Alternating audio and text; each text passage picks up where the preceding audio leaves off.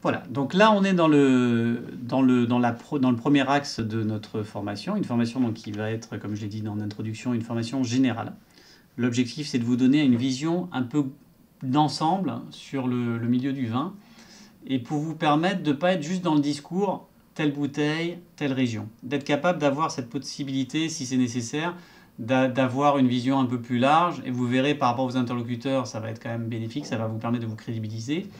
Et c'est d'autant plus utile que cette formation-là, elle est vraiment très accessible. C'est-à-dire qu'on n'a pas besoin d'être un expert en vin, on a juste besoin d'être un étudiant sérieux, ce que vous êtes, et de bien comprendre, bien apprendre les différents points qu'on va aborder. Donc cette formation générale, il y a 4 axes.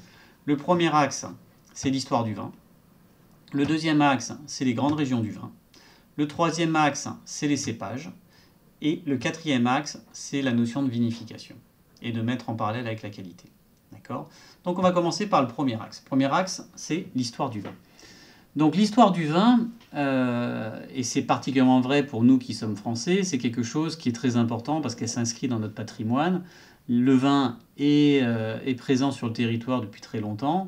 On le travaille depuis facilement 2000 ans. Donc ça veut dire que on n'est pas notre coup d'essai et c'est ce qui fait qu'aujourd'hui partout dans le monde, c'est l'une des grandes reconnaissances de la France. Tout le monde sait que la France, c'est un pays du vin. Alors, la France n'a pas inventé le vin, donc c'est pour ça que je pense que c'est intéressant de vous le dire. Le vin vient à la fois des Grecs et des Romains. Donc les Grecs, d'un point de vue historique, parce que c'est les premiers à être venus sur la France, notamment dans le sud, à Fos, ils ont amené avec eux quelques pieds de vigne qu'ils ont plantés sur la région de Bandol. Et c'est comme ça que les premières vignes en France sont apparues. Donc dans le sud de la France, dans la Provence, cette belle région qui est cœur, puisqu'on est Châteauneuf-du-Pape, donc on est vraiment très proche du point d'origine du vin. On a une autre également origine du vin qui vient de l'Empire romain, donc c'est également aveugle, mais plus à travers donc, les routes maritimes bien sûr également, mais à travers les Alpes qui ont amené tout au long de leur expansion sur la Gaule, qui ont amené avec eux systématiquement des pieds de vigne et qui ont donc planté ces pieds de vigne un peu partout dans le territoire français. Donc ces pieds de vigne, ils étaient très nombreux, grande variété, et c'est comme ça que le vin s'est implanté un peu partout sur le territoire français. Et quand je dis partout, c'est vraiment partout, c'est-à-dire que même à Paris, il y avait des vignes. Donc la vigne, c'est vraiment un produit qui pousse n'importe où. Et donc quand les Romains sont arrivés, effectivement, à chaque fois qu'ils pouvaient, qu'ils s'installaient, ils créaient une ville et créaient des vignes à côté. Donc c'est les Romains et les Grecs qui ont emporté le vin. Pourquoi c'est important de parler de cette notion d'histoire ? Parce qu'on se rend compte que dans une culture un peu, on va dire, internationale, tout le monde parle des vins. Il y a les vins d'Australie, les vins d'Amérique. Il faut savoir que voilà, ce sont des vins qui sont finalement très récents. On va dire 40, 50 ans. Bon, les plus anciens, c'est peut-être les Sud-Africains, on va dire 100, 200 ans. Mais globalement, c'est des vins qui sont assez jeunes.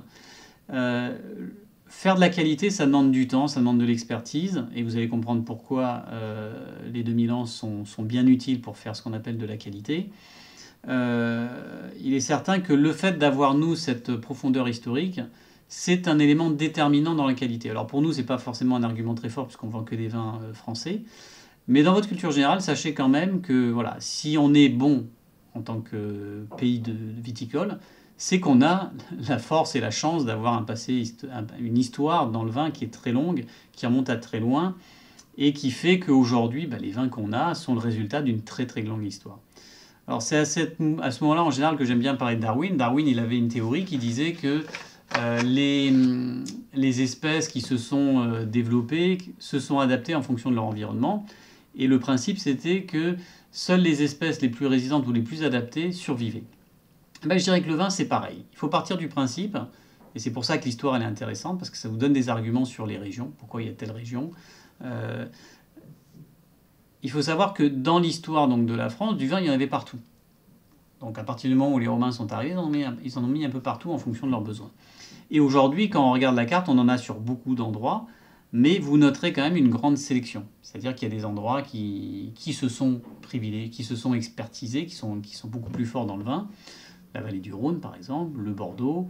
Et tout ça, c'est des facteurs historiques. C'est-à-dire que l'histoire, 2000 ans d'histoire, ont fait que, et c'est ça qui est intéressant dans le côté historique du vin, il y a des régions qui sont sorties du lot. Et ça, c'est notre chance en tant que producteur français, c'est qu'on sait que les régions qui sont aujourd'hui sur nos tables sont des régions qui ont passé 2000 ans d'histoire. Il n'y a pas de bouteille sur la table qui n'a pas passé ces 2000 ans d'histoire. Elles ont toutes passé ces 2000 ans d'histoire. Elles ont toutes survécu à la concurrence entre les régions françaises, à la concurrence à l'intérieur des régions de production, puisque on n'avait pas un parcellaire aussi précis au départ. C'est le temps qui a fait qu'on a gardé certaines parcelles plus que d'autres, parce qu'on était qualitatif.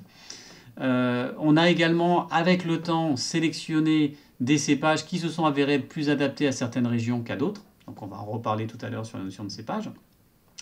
Et donc ce temps-là nous permet de dire aujourd'hui, ben voilà, tous les vins qu'on propose nous en tant que producteurs français sont des vins qui se sont inscrits dans le temps, qui ont fait preuve de leur qualité. Alors après, c'est pas tout, hein, il faut un bon vigneron, c'est clair. Mais on a quand même cet avantage-là. Et ne pas l'oublier, c'est-à-dire qu'on peut vraiment être fier de nos produits. Tout ce qu'on a aujourd'hui, c'est une sélection dans les cépages. Il faut savoir qu'au départ, sur des régions comme la vallée du Rhône, il y avait peut-être une cinquantaine, voire une centaine de cépages. Chacun avait son petit cépage particulier. On mélangeait un peu tout. C'est le temps qui nous a permis de déterminer quels étaient les cépages les plus adaptés. Donc le Grenache, le Mourvèdre, le Syrah, ils ne sont pas arrivés par hasard, ils sont arrivés parce qu'effectivement, avec le temps, on s'est rendu compte que c'était particulièrement adapté. Idem pour le Chardonnay dans la Bourgogne. Le temps nous a permis de déterminer que c'était des cépages qui étaient particulièrement adaptés. Donc ça, on va en reparler tout à l'heure sur les cépages. Mais donc sur cette notion d'histoire, voilà ce qu'il faut retenir. Ça vient des Romains, ça vient des Grecs. Le temps nous a permis de renforcer, on va dire, une sélection de nos meilleures régions et de meilleurs cépages. Je mettrai également un petit accent sur le travail phénoménal qui a été fait par tous les moines, qui dans les années 1000 étaient les grands producteurs de vin dans les régions, après les Romains. Donc c'est eux qui ont repris, on va dire, le flambeau romain et qui ont amené chacune des grandes régions viticoles à travailler dans l'excellence, à chercher ce que je disais tout à l'heure, quel est le bon cépage, quel est le bon terroir. Donc c'est eux, à travers leur travail dans les années 1000, qui ont fait un travail colossal qui a consisté à créer tout ce qui va être la base derrière des appellations d'origine contrôlée. C'est eux qui, avec leur travail minutieux, parce que c'était ceux qui savaient écrire, ont noté la qualité de chacune des parcelles, ont noté la qualité de chacun des cépages qui étaient proposés. Ils ont fait un travail de fourmi dans le temps, dans la durée, sur des centaines d'années. Et il faut bien s'imaginer que ce travail-là, aujourd'hui, n'est pas faisable dans la société qu'on connaît actuellement. Aujourd'hui, personne ne pourrait prendre la décision de supprimer un cépage pour en tester un pendant 40 ans pour voir ce que ça donne. Il n'y a que les moines qui avaient cette passion sur le vin et qui avaient le temps et qui avaient les moyens et qui avaient les terres pour le faire, qui ont pu faire ce travail et qui nous ont laissé en héritage tous ces marqueurs. Les parcelles, quelles étaient les bonnes parcelles. Tout ce qui est appellation d'origine contrôlée, quelque part, ça s'appuie sur ce travail-là. On prend la vallée de la Bourgogne, vous noterez que des fois, entre une appellation Grand Cru, une appellation, si je prends par exemple le cas de nos vins, entre une appellation Bourgogne, si je prends le domaine de Pouilly, une appellation Mâcon-Solutré, une appellation Pouilly-Fuissé, voilà, c'est 3 appellations qui sont dans 3 types de parcelles bien précises, qui sont parfois juste séparées d'une cinquantaine de mètres, mais chacune avec un niveau de qualité bien particulier, parce que ça correspond à un terroir bien particulier. Et donc c'est ce travail-là qui a été fait par par ceux qui nous ont précédés et qui nous ont laissé ça en héritage, et c'est une chance que beaucoup d'autres pays nous envient. Donc, j'en resterai là sur l'histoire du vin, mais retenez bien ça. Donc, l'arrivée par la Grèce, l'apport significatif des Romains, le travail des moines, et donc un travail sur une très longue haleine qui nous a permis d'arriver sur le résultat qu'on connaît aujourd'hui. Voilà pour l'histoire. Je vais passer sur une deuxième vidéo, finalement on va faire plus court, on va faire une vidéo pour chacun des grands thèmes de cette formation générale, et on va faire une vidéo maintenant sur la suivante qui sera sur les grandes régions du vin.